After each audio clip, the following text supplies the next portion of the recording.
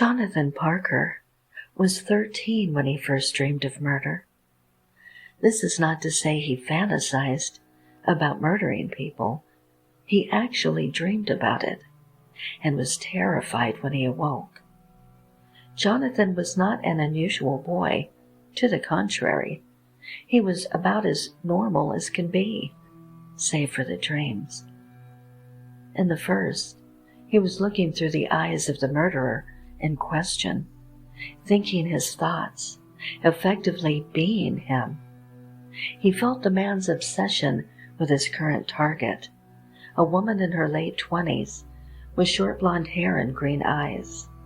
He could hear the internal dialogue that the man was having, being none the wiser about his unwilling voyeur. He felt his rage, his malice towards her, his feelings of entitlement to her affections, and he felt the excitement of the man as he crept up behind her and grabbed her by the throat, all while the poor boy cried out for him to stop, to let go, for him to wake up. Unfortunately for Jonathan, the dream didn't end there, but suffice to say, by the time it did, the woman's last breath had escaped her. When he woke with a start, he screamed as loudly and with as much horror as a woman would have if she were able to breathe. His parents sought out a psychiatrist, and to her credit, Dr. Thompson, a woman of 48 with a friendly disposition, tried her absolute best to help the boy. She allowed him to speak freely and plainly about what he was dreaming about. But as the years went on, the dreams only became worse. Various medications prescribed seemed to have little effect, seeming to work for a short time, then giving way to the dreams once more. By the time he went to college, he was reclusive, paranoid, and a voluntary insomniac. He had seen things, felt things that nobody ever should, things that left him feeling as if he were the many murderers whose eyes he had seen through his teen years. One night, he saw yet another grisly scene, a man stabbing another man to death in his bathroom as the victim brushed his teeth. The blood decorated the floor in scarlet, a diagonal splatter across the mirror. Something new happened tonight, though. The killer, once he was finished, turned to look at the mirror. Jonathan thought nothing could disturb him more than what was already shown, but he was proven wrong. That night, by a simple gesture from the masked man, he gazed deep into the mirror and raised a finger to his lips, giving a low shh.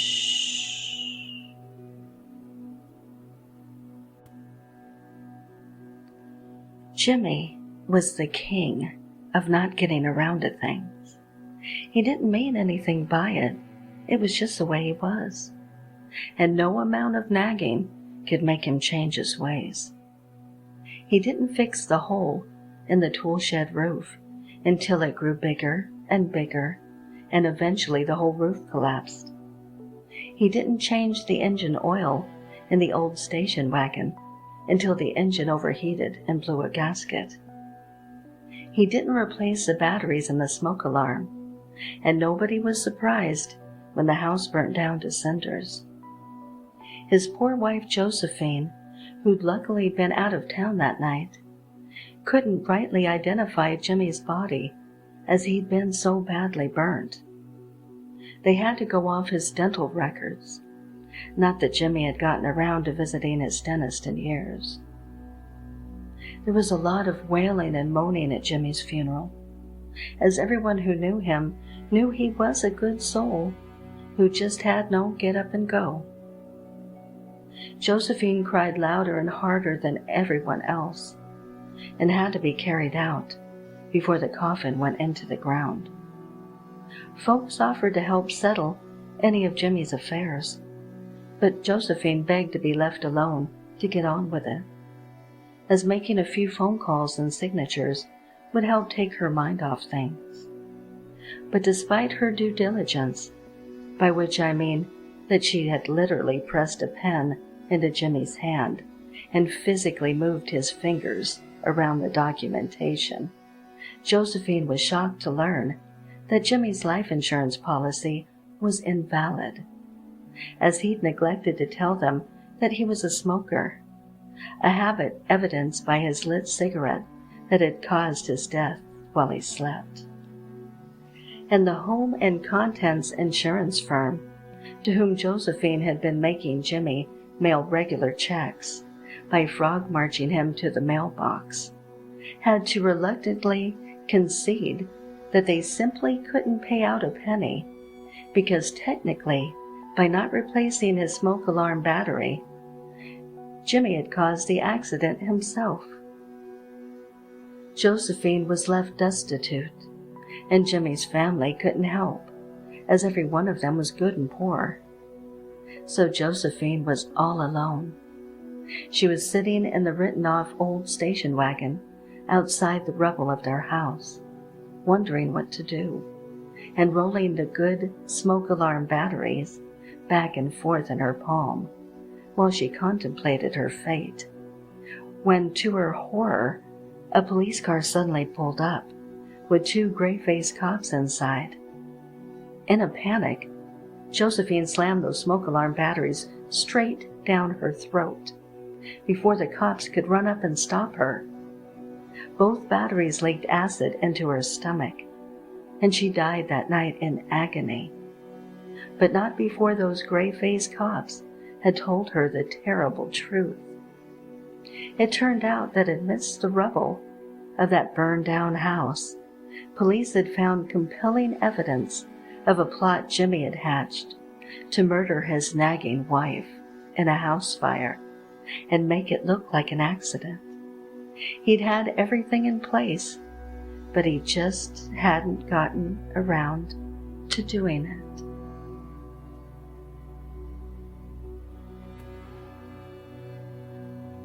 Maisie stirred as she heard the loud caw overhead. With a smile, she glanced up at the handsome crow sitting on the branch above her head and playfully lifted a finger to her lips. Shh. Her husband lay in the grass of the clearing next to her. She wanted to savor the moment of peace in the warm sunshine of the clearing. She loved this space. It was here that her mama had taught her about the crows, how they remember those who are kind to them. Her husband stirred sleepily next to her in the grass, and she shifted to study him. Tall, handsome, and sure, he had won Maisie's heart with his kind words and gentle hands. Her mama hated him almost on sight, but by then the cancer had left her so weak and delirious that she was certain her mother's intuition had also begun to fail her. They married a few months after Maisie's mother had been put into the ground and moved into the cute little cottage. Their life in the beginning was so perfect. They'd often take walks through the woods and to the clearing together, making love in the tall grass. She frowned as a passing cloud sent a shiver over her sun-warmed skin and scooted closer to her husband to keep him warm. Not yet. Then he'd begun staying late after work, returning deep into the night with bloodshot eyes. He stopped going for walks to the clearing, stopped returning her laughter and long looks. His gentle hands turned mean, and his kind words turned cruel. Through it all, Maisie kept going to her clearing and feeding her crows, hoping against all odds he'd find his way back to her again. He stirred again in the grass, She brushed his hair away from his face and planted a soft kiss on his forehead. His eyes slowly opened, and Maisie watched as disgust and fear battled across his face. He tried to speak, but the gag in his mouth held his tongue, as well as the rope on his hands and feet kept him immobile. Maisie stood and brushed her arms, not even registering the fresh bruises he'd given her the night before, competing with the older ones he'd administered to her. She heard another caw above her. Her handsome companion had been joined by at least a dozen others, with more fluttering in each moment. She stood as a large crow hopped to the rock in front of her. She sighed and drew her small knife. She crouched next to her husband's struggling, naked form on the ground and gently pushed the knife in, just beneath his ribs. Was it Lazarus or Prometheus who was destined to be feasted on by the crows? She murmured over her husband's muffled shrieks. After she stood and strode from the clearing, any sound he made after was drowned out by the sounds of the murder behind her. Always be kind to the crows.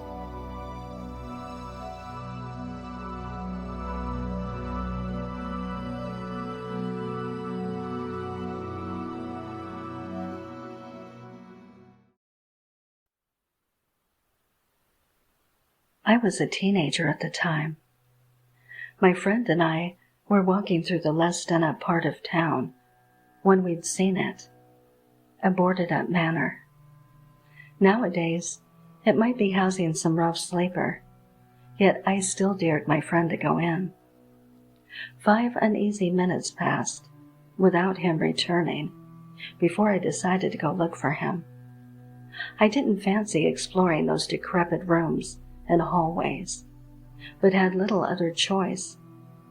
Curiously, on one of the walls I passed was scrawled a message. It read as follows: "Beware the pale man who hangs upside down." I shook my head. Of course I wanted us to leave as soon as possible, praying my friend would turn up. I turned around. I woke up after, dizzy. I must have been knocked out. It was pitch black, and I was panicked to find I could not move. On cue, a door opened, and a figure appeared.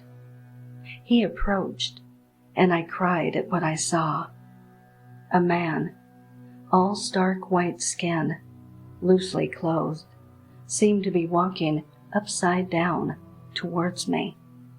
He reached out, grabbed the chain from which I was hanging, and then the man leaned in, put his face next to mine. This was the worst part. The man had no eyes, only red, gloating lips. The police, hours, maybe days later, had rescued me. They never let me see what was left of my friend's body. It was traumatizing. Afterwards, I was told my captor had been a notorious serial killer, known only as the Pale Killer to the authorities. Weeks later, the alleged murderer was finally found and apprehended, giving my friend's family and I some closure. I moved on, and the experience remained in my adulthood as a memory I couldn't quite believe was real. 16 years later now, the past has resurfaced. 2 nights ago, I came home from my job and was shocked to find a message on the wall. "Be seeing you soon." Glancing in a mirror, I thought I saw a face, then turned to find only moonlight streaming in through a window. I hence did research and came across a revelation shocking to me. The killer was still out there. There were cases of mutilated bodies still being found, hung from chains and meat hooks, his signature mark. I dug a bit further and found something else.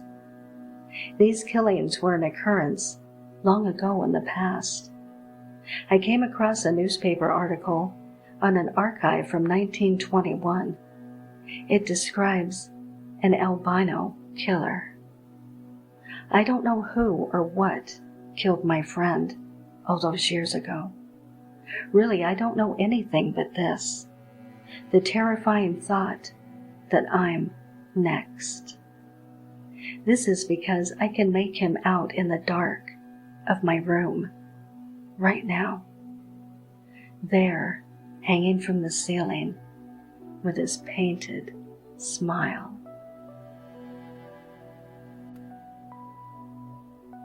Martha Montgomery owned a little bakery in a small, quiet little village nestled along the eastern shore.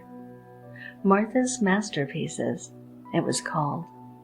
Business wasn't bad, but it wasn't great either. Financially, things were starting to get tight for Martha. Her regular clientele just wasn't enough to keep the business afloat for much longer, and supplies were starting to get expensive. Martha was worried about the business, needless to say, and her home life wasn't much better. On one October day, things came to a head for sweet little Martha. As she was closing shop one night, her boyfriend came in to walk her home. It had been a rough day. Business was slow, customers rude, and due to a lack of funds, she wasn't able to order a full week's worth of supplies. All Martha wanted to do was close up and go home. "How much money did you make today?" her boyfriend asked. She sighed. "I don't really want to talk about it. It was a rotten day." "It's always a rotten day with you, Martha. Why even keep this place open? It never makes any money. Do you ever stop and think maybe you're the reason this place doesn't make any money? That your pastries just aren't any good?" This wasn't the first time poor Martha had to hear these abuses slung at her direction, but at that very moment, she decided it would be the last. "That's it!" she screamed. Martha flew into a rage, picked up her rolling pin, and bludgeoned him to death. As she tried to compose herself, she panicked at what to do. She placed a bloody rolling pin on the body and dragged him to the kitchen in the back. She thought and thought until it became clear. "I know what to do!" she exclaimed. "Since times are so tough and supplies are short at the moment, this corpse will give me everything I need to get by for the week." Martha began carving the meat to perfection and rubbing it with all the finest herbs and spices. "Ah, yes, perfect," she thought. "After I cook this, it will go lovely with my meat pies." After she was done, only the bones were left. She had a kiln out back. She piled the bones in an empty flour sack, dragged the bones to the kiln, and cremated them. With flour being the cost of what it is, this will be perfect for my pastries. Half flour, half bone dust. That will help my flour supply last. Martha worked all through the night, baking up a storm, and by morning the display cases were filled with the freshest baked delights. Martha wrote up a new sign, promptly advertising the freshest of ingredients. An all-new menu, everything half off. That should get them here, she thought. Not long after she opened, she noticed the mayor's car pull up in front of her shop. The portly older gentleman got out of his car and walked in. He proceeded to tell her he was on his way to a meeting and smelled a heavenly aroma wafting from her shop. She thanked the mayor and gave him a complimentary meat pie. This is a brand new recipe, Mr. Mayor. I hope you like it. Oh my, Martha, this is delicious. I don't know what you've done with this, but this is the best pie I've ever tasted. She thanked the mayor, and he proceeded to order a dozen pies and pastries to take with him to the meeting. I'm going to tell everyone, he said as he walked out the door. She smiled and prepared for the day. The word got out by midday, and Martha's shop had never seen such business. Everyone was in love with Martha's new menu. This continued for the week. Pies and pastries were flying off the shelves. But on that Sunday, Martha was realizing that her supplies were running low. As she was closing, the door opened and in walked the mayor and his wife. Oh, Martha, I hope we're not too late. We were hoping to catch you before you closed. Martha looked up and smiled. Ah, yes, Mr. Mayor, you and your wife are just in time, she said as she held her rolling pin behind her back. The next morning, Martha opened up the shop with the display cases full of the freshest pastries and the most delicious smells wafting throughout the neighborhood. A stranger walks in. Oh my, what is that smell? I can smell it from down the street. It's simply delicious. Everything looks so good. I don't know what to get. Thank you, Martha said. Try the pastries and pies. They're delicious.